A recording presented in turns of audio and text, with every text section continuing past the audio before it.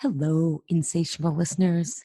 Thank you for making season 7 one of our most engaging and downloaded seasons yet. The show is growing very organically because of your great reviews and word of mouth. No GMOs and glyphosate needed. Thank you. I will return on June 5th with our next season, season number 8, and a bigly announcement. Seriously, this is big. In the meantime, enjoy these previous insatiable episodes. You know how each episode is jam-packed, so being in a different place with your health journey, you'll hear new things and deepen your ahas.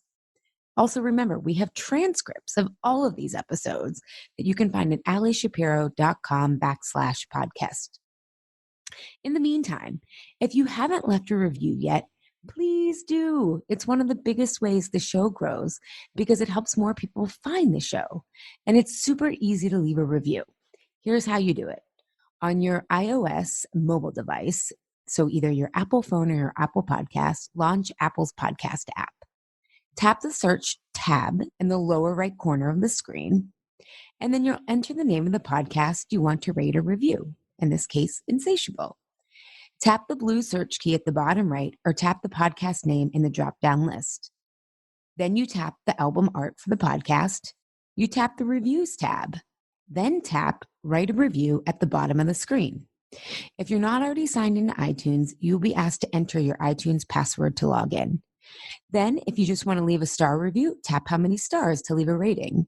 And if you want to add some written thoughts and share your voice, enter a review title, text, and content to leave a review. And then you tap send. And lastly, feel great about having contributed to the success of the Insatiable podcast. And here's some great reviews we've gotten from other people in our community. Christy Conrad writes, Ali digs very deep. This is a super helpful podcast for women to understand why they react the way they do or think the way they do. Outstanding stuff. Thank you, Christy. KDVSJV 2017 writes, honest, informative, and refreshing. She says, I found this podcast looking for something with Jolene Hart, who was interviewed for the podcast on her Eat Pretty series. Yes, Jolene is one of my really close friends. And she says, and I haven't stopped listening since. I live in a small town where people aren't quite as educated on health and wellness, although we are moving to Philly soon. So this podcast enough has been a sign for me. And listening to an episode makes me feel like I'm sitting down having an intellectual conversation with friends. I'm very much a find the root problem kind of person and always have been. And listening to this podcast has even opened up some truths for me about myself. This is truly the only podcast of its kind that I've found that's easy to follow, and I've been searching for something like this for a while. Definitely the kind where you find yourself listening to one episode 6 or 7 times just because you want to soak in all the insight and information. Thank you so much, KDV SJV 2017. And I hope you're enjoying your move to Philly, and you're going to find there's a lot of people there who don't know much about health and wellness, as well as where I live in Pittsburgh or even New York City. It's amazing what people don't know and what they do, right? We all have different ideas. But it can be helpful when there's a larger mass of people who think like you. And another review from Curly Girl 3, everything I've been looking for. I've either been dieting or hating myself for my whole life. There was no in between, either white knuckling around food or thinking I'm the worst person on the planet until now. Thank you, Ali, for connecting the dots for me. I've always known that I wasn't fat because of the food, but I didn't know what to do past that knowledge. But now I have some tools in my tool belt that help me process my stress and anxiety without binging. I feel so powerful and will always be grateful to you. This podcast is a lifesaver. Well, thanks, Curly Girl 3, for listening and running with the information. I love when people take action. And lastly, before I head out and let you listen to these other episodes, don't forget about our Insatiable membership community. This is a super innovative community, just like our conversations. Not only are you going to have amazing people who want to talk about the kind of stuff that we talk about on the podcast and even go deeper and are taking action around it, and getting support. But we also have a once a month mastermind. So, for example, in March, our theme was physical hunger. And I presented about 5 questions, and then each person reflected. And then we were broken out into groups. This is all virtual, where people could learn from each other and try to troubleshoot or go deeper with their own hunger. And it's been so great because it sparked all these conversations in our really easy to use online platform where people are finding ways to simplify their food so they actually eat before they get too hungry. Some people are uncovering a lot of the food rules they were living by they didn't realize. And there's just so much more that comes out of these masterminds. And then also once a month, there's a Q&A call with me. So you can come to the call and bring any questions no matter where you are on your journey. This last week, we had an Insatiable membership community member ask about, she wanted to hear more about food as attachment because it came up, another member had been talking about it in relation to their child. And so we had this great conversation about how food serves as attachment for us and what that means in terms of attachment theory and how we eat, whether we're eating in private or we're only giving ourselves a certain amount of food to eat, or we restrict or whatnot, what that says about how we feel safe and how food is actually, that pattern makes us feel grounded and rooted, even if it's uncomfortable. So we had a great deep dive on the psychology of that. And again, I just can't say enough about the other community members who are so wise, kind, and curious. And we're just having such great conversations and results. Here's what some of our community members have had to say about it. SI said, I got more out of one Insatiable call than my mindful eating app. Lori Horowitz said, the Insatiable community has helped me to not use food to comfort myself during a time of intense stress. And Linda Gilbert, who you've heard on the podcast before, said, the November mastermind on holiday eating was incredible. I uncovered something about myself that I didn't know was buried in there, and it totally changed my approach to the holidays. They ended up so much more meaningful as I felt deeper connection to loved ones after removing what had been a barrier that I created in my head. So again, it's just such a good time in there. I hope you'll come check us out. There's monthly and yearly options, and you can find details at alishapiro.com/IC2019. And again, we'll be back with season 8 on June 5th. Oh, and this season, you are just going to love it. And I can't wait to share my other big surprise. I wonder if you know what it is. Stay tuned. Are you frustrated that a cookie just can't be a freaking cookie? That a slice of pizza isn't just pizza, but a downward spiral into feeling like nothing will ever change? If so, join me for my virtual A Cookie Isn't Just a Cookie workshop on Saturday, March 18th. This is the first step in my Truce with Food process so that you can discover the story that keeps you stuck in battling food. You can sign up at alishapiro.com or alishapiro.com/A Cookie Isn't Just a Cookie. You can incorporate a lot of little things that make a big difference versus spending $100, every other day on like 6 juices. Yeah, and then spending like $50 binging before you start, which is what I would do. Because you got to gear up for it because you're like, okay, I'm not going to eat for like 3 to 5 days. A lot of times people get spring allergies because they're overly congested from the winter, because in Chinese medicine, how you set yourself up at one season comes out the next season. You know battling food in your body doesn't work. You want to love and accept yourself. And because you're insatiable, you want results too. And wouldn't you know, you bring the same intensity to your life, wanting to maximize your time, potential, and experiences you have here on this beautiful and wondrous planet Earth. Fair warning, it will be a roller coaster, but for those insatiable, that's your prime time to thrive. We're here to say yes to the hunger of wanting it all. I'm your co-host, Ali Shapiro, a health coach who helps people end the losing battle of dieting and find a truce with food. And I'm Juliette Berg, nutritionist, fitness expert, and the co-owner of Unite Fitness Studio franchise. Welcome to episode 71, Healthy and Gentle Detoxing for Spring. If you haven't already, you're going to be bombarded by cleanses, powders, pills, and juices galore. Spring is in the air and people want to shed the winter weight. But do those detoxes actually even work? Allie and I find that they set you up for failure and can make you even feel worse, both physically and emotionally. We want to share ways that you can shed that winter stagnation that is both gentle and super effective. Hey, Insatiable listeners, it's Allie and Juliet, and we're actually together. This is so weird, everybody. We're sitting next to each other. This has never happened in the history of us podcasting. Oh, wait, one time in a hotel room. Oh, that's right. That's right. Wait, she's sitting in my kitchen right now. Yeah, and it's a beautiful day out. We're here in Philly, getting ready for our Insatiable retreat on Saturday. And today we're going to talk a little bit about detoxing naturally, because it's that time of year. It is. Spring is upon us. I know. Although I feel like spring has been here a little early every other day in this winter. It's been really bizarre. I know. I'm back in Pittsburgh, and I grew up, and the winters were awful. Like, I remember certain Halloweens. Of course, I remember trick-or-treating and like being terrified that we wouldn't be able to get candy. Oh yeah. I always was so upset because I'd always have these little outfits on that couldn't go with a jacket. Yeah. I was so upset if I had to put like tights or a jacket on over my Halloween costume. God forbid.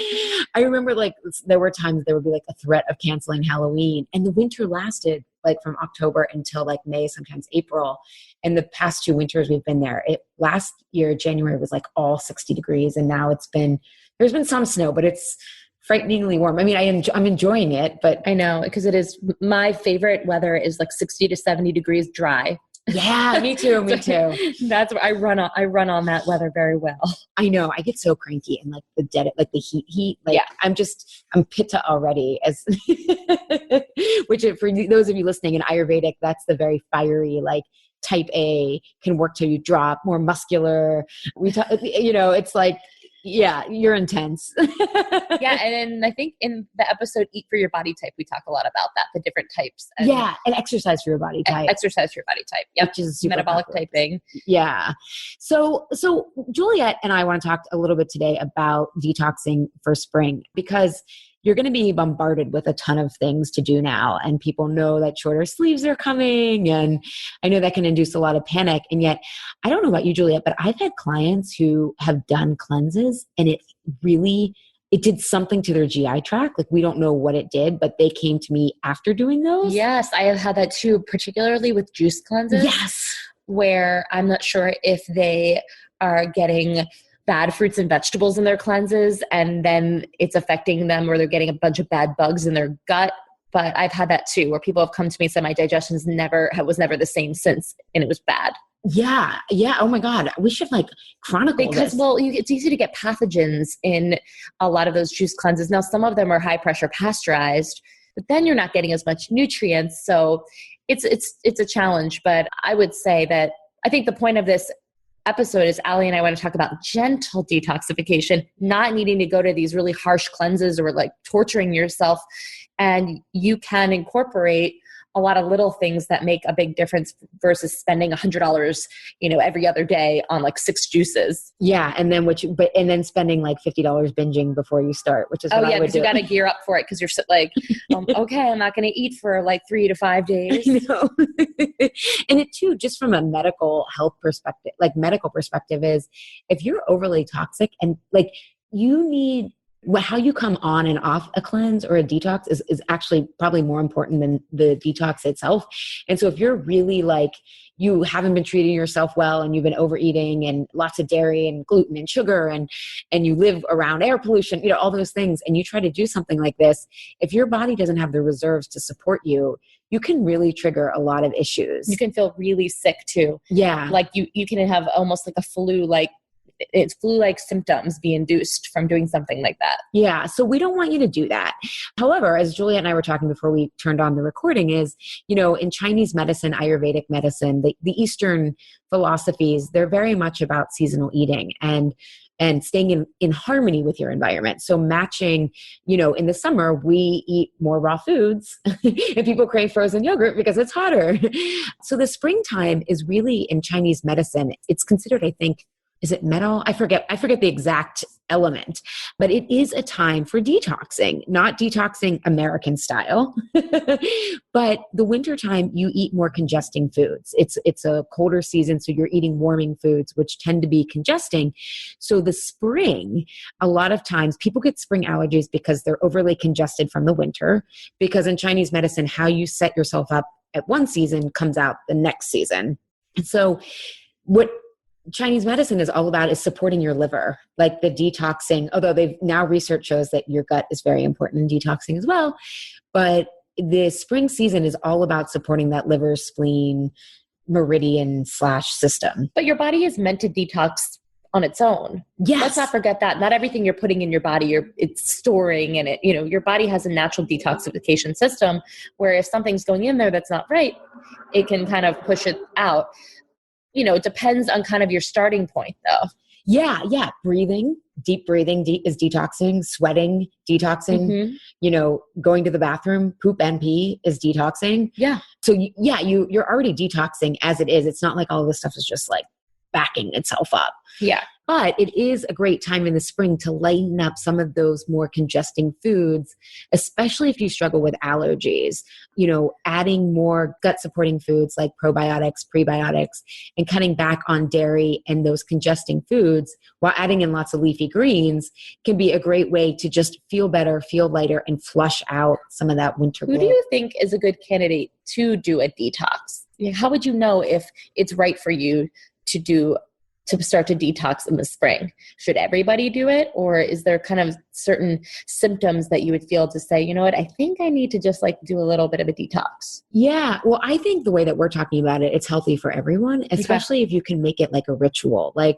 Because what I've always encouraged my clients to do is not just what you're taking out, but how can you support yourself in a way that you would want to be supporting yourself going forward? So getting more sleep, spending more time outside, adding in those fun things during that time period so that you're really just lightening up for the summer and fall. But again, this is a gradual, everything in Chinese and Ayurvedic medicine is about patterns and overall. So a gradual detox, not what we think of as the American style, but I think everyone could really benefit, especially if you are someone who struggles with spring allergies or you feel really congested or sluggish. I think if you just feel off, it's a great thing to do. Yeah. And I think if you are someone who's starting to eat seasonally, then you're going to be doing this more. It's going to be happening naturally anyways, because in the springtime, nature provides us a lot of detoxing foods.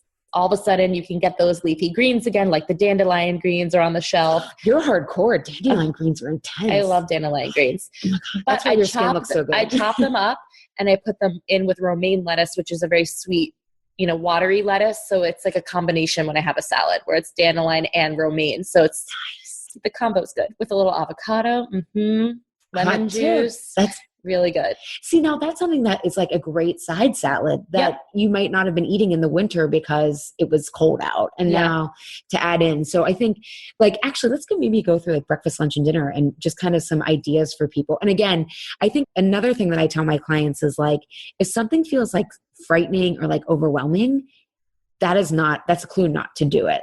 Whenever we're trying to work on food allergies, I'm does eliminating this sound too For sure. I've always been more of one to approach in what can you add in that is I think food is very exciting. And it's funny, my brother is in town visiting and he's just now on this clean eating kick for the first time in his life. And he said to me today, this is a really fun and interesting hobby. I'm like, you mean lifestyle? And he goes, no, it's kind of a hobby.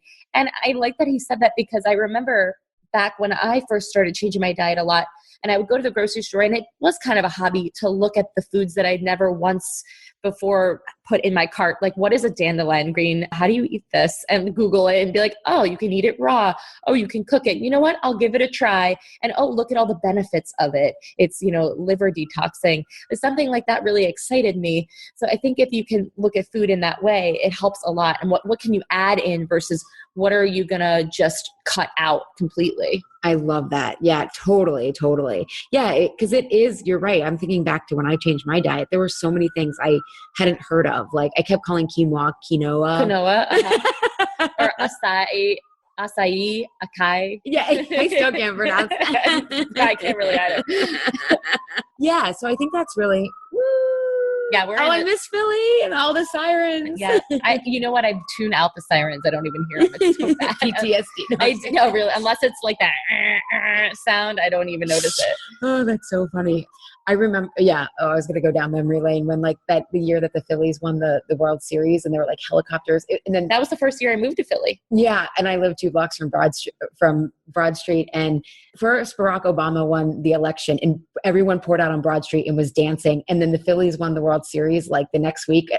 And then everyone was out there. Like, well, first people came out when they won like the National League title. And then when they won the World Series, and it was just like parties and helicopters. Like every night we were like, what's happening? Oh my gosh. Yeah, it was an awesome time to live 2 blocks from Broad Street. I'm getting nostalgic, listeners, being back in Philly. I love it here. So, okay, that was totally non sequitur. We went. So breakfast, lunch, and dinner. So what is something that you can add into breakfast that's detoxifying? Yeah. Well, I think one thing that I have to get back in the habit. When I started trialing, I stopped it, but even getting a dry brush or a dry washcloth and cleaning out your lymph. So the type of cancer I had is Hodgkin's disease, and it's like the lymph is my Achilles heel. That's why like I got a mini trampoline for my birthday. That's really good for lymph. But I also have a dry brush, and just drying that helps with your lymph. And your lymph is one of your main detoxification systems. So I think doing that in the morning or the evening is really helpful. So then breakfast. Wait, now all over your body or only on the points where your lymphs, you're like, I do like arms and legs and armpits. Armpits are really important, and all that and groin area. Crap deodorant you put on is clogging that. That's a great point. I also think cleaning up your cosmetics, and you don't have to spend a fortune, but looking at your deodorants and your makeups, this is a great... The things that you put on all the time. Yes. I'm someone who doesn't wear makeup very often. I probably wear makeup 1 or 2 times a week. And so I do have some products that are not completely natural, but I'm only using them so infrequently that that's okay. But the things like deodorant, for example, I'm really mindful about that because as a fitness professional, how many times a day do you think I want to put on deodorant? A lot. A lot more than the average person. So I have to find alternatives or else I'd be really just like clogging my pores with, toxic ingredients. Yeah. What brand do you like?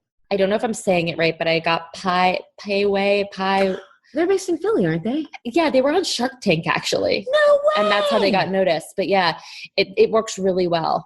Okay, so Peiwei. Okay. Yeah. And then I use Una Biologicals, which is a Pittsburgh-based herbal company, and their deodorants are great. Like, because I was like, I'm hippie, but not that hippie. Well, like, I have another thing that I do that I don't know if anyone else out there does it, but I wash my armpits throughout the day. Oh. With like natural soap. Yeah. I just give myself a little shower up top. That's if you're a fitness professional. The rest of us, we could just think a little bit more. But I start every morning with lemon water, and I think that's really great. That's a gentle way to wake up your liver. And then I think adding in some like leafy greens to your breakfast, whether it's a green smoothie. I've dropped mine in the winter, but I'll probably start adding that back in. Celery. And ideally on a green smoothie, you have a 3-to-1 ratio of vegetables to fruit. Yeah. But I think that's a great, and some healthy fats in there. And actually on my website, if you go to alishapiro.com and Google green smoothie, I have like a couple different recipes and ideas. But yeah, that's what I would recommend adding in for breakfast. What about chia seeds? Because aren't they kind of pulling things out as far as, when they expand in your stomach? I've heard that they help to kind of like pull out toxins from your gut. Huh. Have you heard that before with chia? I haven't. Carlos bought a massive bag from Costco. And Carlos has an obsession with buying things from Costco. Oh my God. The best thing was it was his birthday last week. We went to my parents. They cooked him dinner. And my mom bought a squatty potty at Costco, but she got 2. You could only buy 2. Wait, is it like white though? No, I think it's beige. Beige. Okay. Because I saw one the other day and it was just plastic and white. And I'm like, this is hideous. Can we make like a wood one or something that's a little bit more decorative for my bathroom? I'm like, it just looked really like a yuppie squatty potty. Yeah, can I have a yuppie squatty potty, please? Well, we have a squatty potty now because my mom's like, we got 2 at Costco. It's like, of course they're selling 2 squatty potties. That's awesome. They were on Shark Tank too. Yes, they were. Uh-huh. Oh my God. So that's what happens. Get on Shark Tank with your ideas. So what was chia seeds. So, I mean, half the bag is still in there. I forget when he got them. They make my stomach uncomfortable. A lot of people experience that. So yeah, play with that. But I have heard that it helps to kind of pull things out of your gut because it's like the way it expands. Yeah, and it's fiber. It's jelly-like, so it kind of things stick to it and it comes out when you poop. Oh my God. So yeah, experiment with that. Some people do fine. I can't even do like sparkling water. Like everyone likes La Croix. Like I tried it once and I'm like, this is good. And then I was in pain for like, not as bad as carbonation affects your stomach. Yeah. Like for 2 hours, I just felt like uncomfortably full. And then I was hungry because I got so full I couldn't finish eating. And then I was like, I'm hungry, but I was too full. It was uncomfortable, but I guess I just have a sensitive stomach. So then at lunchtime, again, adding in vegetables, I think, and healthy fats really help keep your blood sugar balanced, which we always talk about this, but they also help, you aren't what you eat, you are what you absorb, and healthy fats really help calcium and magnesium, everything goes to the right places. There's a reason why vitamins are called fat soluble, and that is that they can only be absorbed if you have fat with it. So to better absorb vitamins, it's always good. And Allie and I are big proponents of having fat in every meal. So coconut oil, avocado, tahini, there's so many different nut butters, there's so many different amazing fats. Yeah. I wouldn't be able to live without that. I know. Even on the train, I knew, like, I hard boiled eggs and I packed some macadamia nuts because I was like, I'm not going to be able to eat until 3:00. So, and it totally worked, which was great. So, and then I think this is the key though, have a bigger lunch. And then I think a great way to detox is really work on lightening up your dinner. Try that. I know a lot of people, it's kind of like, they look forward to the end of the day. Dinner is the reward. But I think a great way to detox is try to have a bigger lunch, a bigger breakfast, and lighten up your dinner so that it is just like some clean proteins. And I'll give you a tip if you're somebody who has a hard time with that, with lightening up your dinner, because visually it looks, you're like, this doesn't look like a lot of food, and it gives you a little bit of that scarcity mentality, which is totally fine. Have a lot of vegetables. Like make a huge salad. But it's not heavy on the system, like having a lot of greens. And then, for example, last night I had a dinner that was a light dinner, but it felt like I ate a lot of food, which was a piece of salmon. And I had a big salad with steamed mushrooms and asparagus. Ooh, but it wasn't heavy at all. But I ate a lot. Portobello mushrooms are great detoxing foods because like you can eat them for dinner almost like a steak, but they're vegetables. I love mushrooms. Mushrooms are so good for you. Me too. I know Carlos doesn't like them. And so I feel like I don't make them at home as much, which is a bummer, but I get them when we're out and when he's gone. So I think lightening up your dinner and noticing, again, experiment and see how much better you sleep, because then you'll set up this wonderful, exponential effect of sleeping really well. And then also, I think a big thing now, we hear about these communities like Flint, Michigan, or, I follow Erin Brockovich on Facebook, these random communities that have really bad water. And we think, oh my God, and it's awful. I don't think Flint still has clean water. However, your own municipal supply probably isn't as healthy as you think. People think if they live in a good neighborhood, like where my parents live and where we live, but I wouldn't drink any of the water. Like my parents have a filter, we have a filter. So I think trying to focus on filtering your water too is really important. I use Berkey. It was an investment. I think it was like $250, but we'll use that in the grand scheme of things, though. That's not a lot over the years. Not at all, because I used to work in water treatment and Brita isn't enough. I mean, So I think that would be a great move for people, especially because, again, like you say, you use deodorant all the time. If you're drinking a lot of water, that's really important. But definitely pick up your water intake. Ideally, half your body weight in ounces. So like if you weigh 140 pounds, 70 ounces. But then if you drink caffeine, an extra 8 ounces. And if you work out, an extra 16 ounces per hour of extra hardcore exercise. Yeah.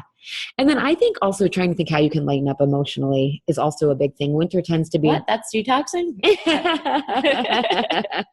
Cut out everyone in your life that annoys you and you'll be detoxed. Yeah. Join Truce with Food and you'll get a definite detox. Which, that reminds me. Registration opens March 27th. I'm only running it once a year and the price is going up in 2018. So definitely if you consider it, check it out at allieshapiro.com, or you can send me an email. We can set up a time to see if it's the right fit for you.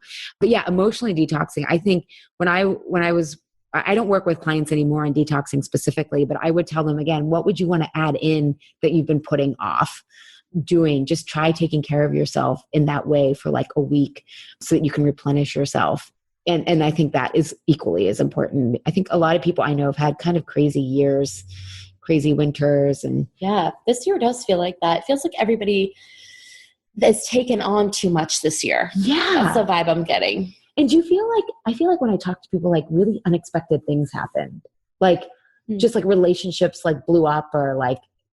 Yeah. A lot of different career changes or relationships or death. I've had, a lot of my friends have lost family members. Same here. Yeah. This is strange. This year feels more intense than others. Yeah. So if that's you, I mean, I feel like life today is just very intense. Like take some time and just like integrate. I think that's a good concept of like kind of what just happened and stillness, I think. Yeah. One of my coworkers today, she said, do you ever have any time for yourself? And it was a really great question to have somebody ask me because they're like, it doesn't look like you do. It looks like you're always like you going. And it's really impressive. I'm like, yeah, it is. I guess I'm not really proud of that. That's not something that I would say I'm really proud of because I do need to take time to slow down and incorporate hours in my day, not just like 30 minutes here and there where I have a little break and then, there's always that email to look at, or there's always that phone call to make. It is really important to place in relaxation time in your life and schedule it in. Yeah. And also think about making your existing interactions more relaxing. Like, I think, that's the heart of Truth with Food is how do you bring the real you to a situation so it feels replenishing versus like all the shoulds, have to, must, I better say this, I should over prepare, I have to go to this, like try to cleanse from what Dr. Albert Ellis, who's a psychologist, he called masturbation. I must, I have to, I should. Try detoxing from that for a week and just giving yourself some space. I know I took the train up here. For those of you who know me well know I hate driving. One of my contributions to the world is staying off the road. I'm not a good driver. And so I took the train today and I just felt, I've been traveling a lot. I was on the West Coast. We're doing a retreat. I'm going up to New York. And then I have my cousin's bachelorette party in New Orleans at the end of the month. And I just like relaxed and I listened to my music. I didn't listen to podcasts. I mean, I love podcasts, but it's just like, and I looked out the window and it was funny. We passed, Pennsylvania's huge, and we passed State College, which is where I went to undergrad at Penn State. And like I was listening to the Indigo Girls and I loved them in college. And I was like, I got all nostalgic. I think that's why I'm feeling so nostalgic. But I was like, oh, Allie in her 20s. Like, you know what I mean? But I feel so much more rejuvenated, not because, granted, not everyone can take a whole train ride, but like just being rather than thinking, like you said. Rather than thinking ahead into the future all the time.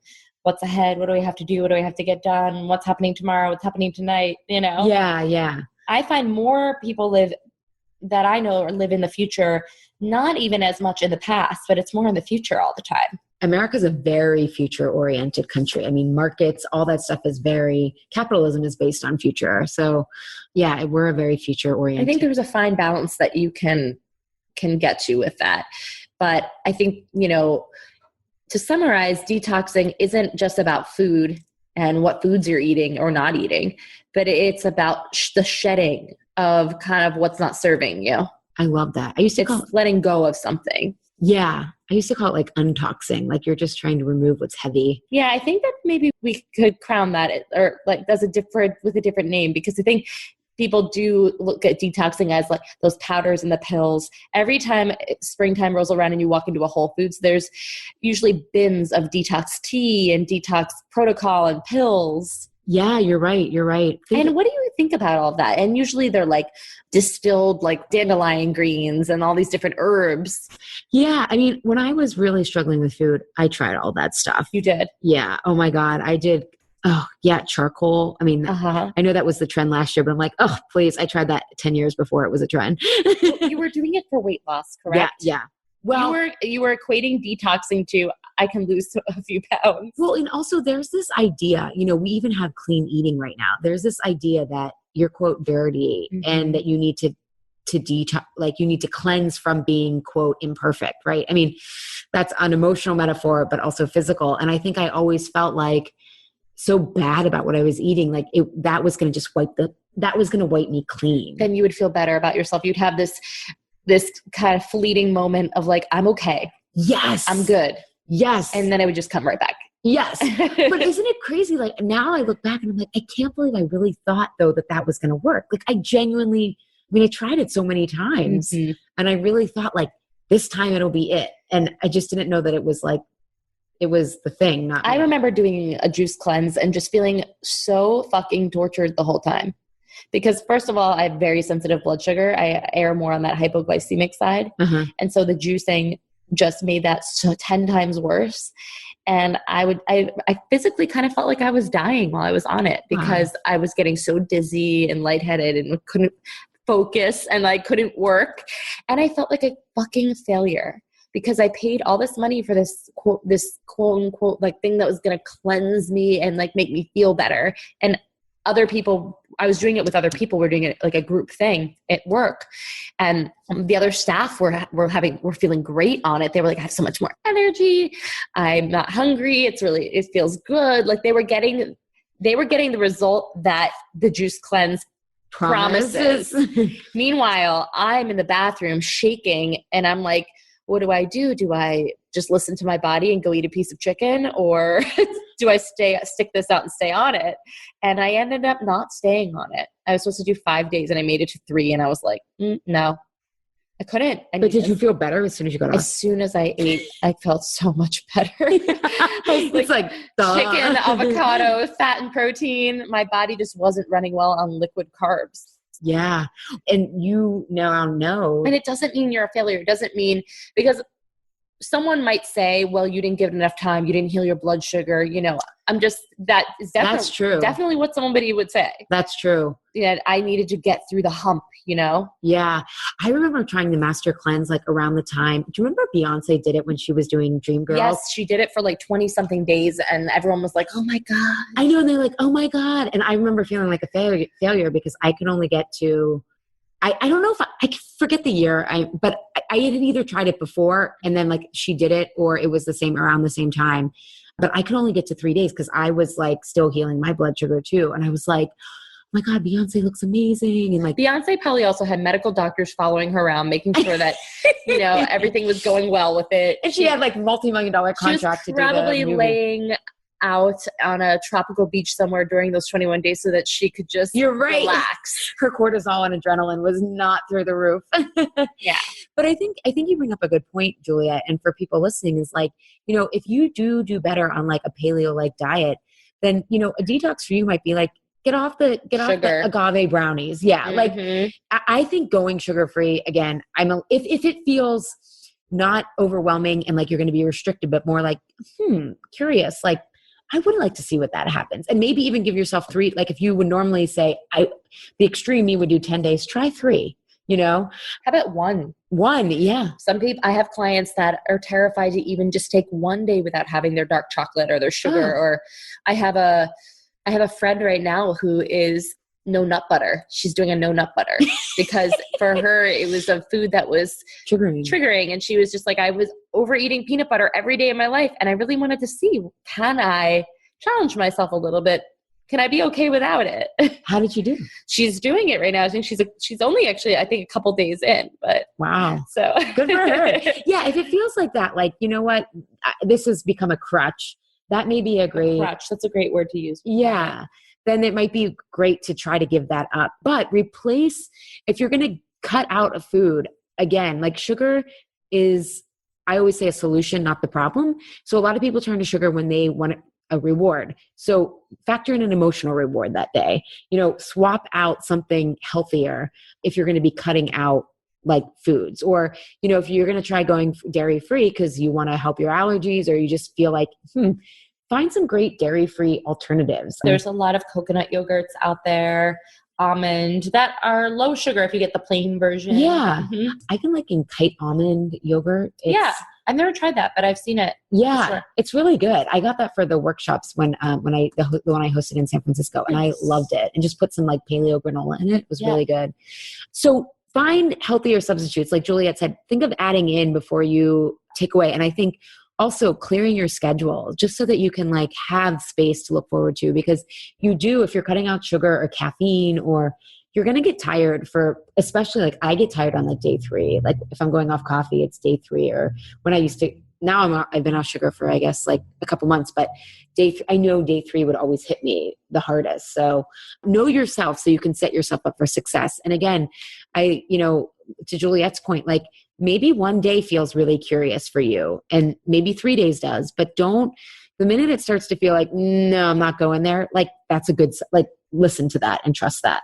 But this is more about lightening up and just kind of, I think of like getting the mucus out from winter time. Yeah. Re-energizing yourself. We should call it a re-energizing talks. Yes, yeah. Because in the wintertime, everything is a little slowed down and inward, and you don't want to really go out. And then spring happens and the birds are chirping and the leaves are growing and the flowers are blooming. And it's also what's happening with us too. We're starting to have a rebirth ourselves, and it's a time that we can go out there and re-energize and feel better. Yes. But taking yourself to extreme and stressing yourself out is not re-energizing. So ask yourself, would this feel re-energizing? So I think that's good. Is there any like extra spring foods that you like? I mean, asparagus is coming into season. I think if you really want to like eat seasonally, just go to your farmer's market or your food stand. Yes, see what's there. Yeah. That's what's growing right now. And then just add lots of ghee or butter on it. You're getting You love ghee, yeah. You do. So I think that's about it. Do you want to wrap it up with? I think that's it. Okay. Yeah. And I'll just plug Truce with Food again. If you're considering really wanting to emotionally lighten up and get rid of the story that's weighing you down and keeping your eating crazy, registration opens March 27th and runs through April 3rd. And it's the only time this year that I'm running it, and price is going up in 2018. So check out alishapiro.com/Truce with Food. Thank you so much for listening to the Insatiable podcast. We hope you enjoyed today's episode. You can connect with us on social media. Follow me on Twitter and Instagram at Juliet Unite, and Allie at Allie M. Shapiro. M stands for Marie. Please feel free to also email us any questions. We would love to hear from all our listeners. You can reach us at Allie at allieshapiro.com and Juliet at unitefitness.com. We'll see you next time.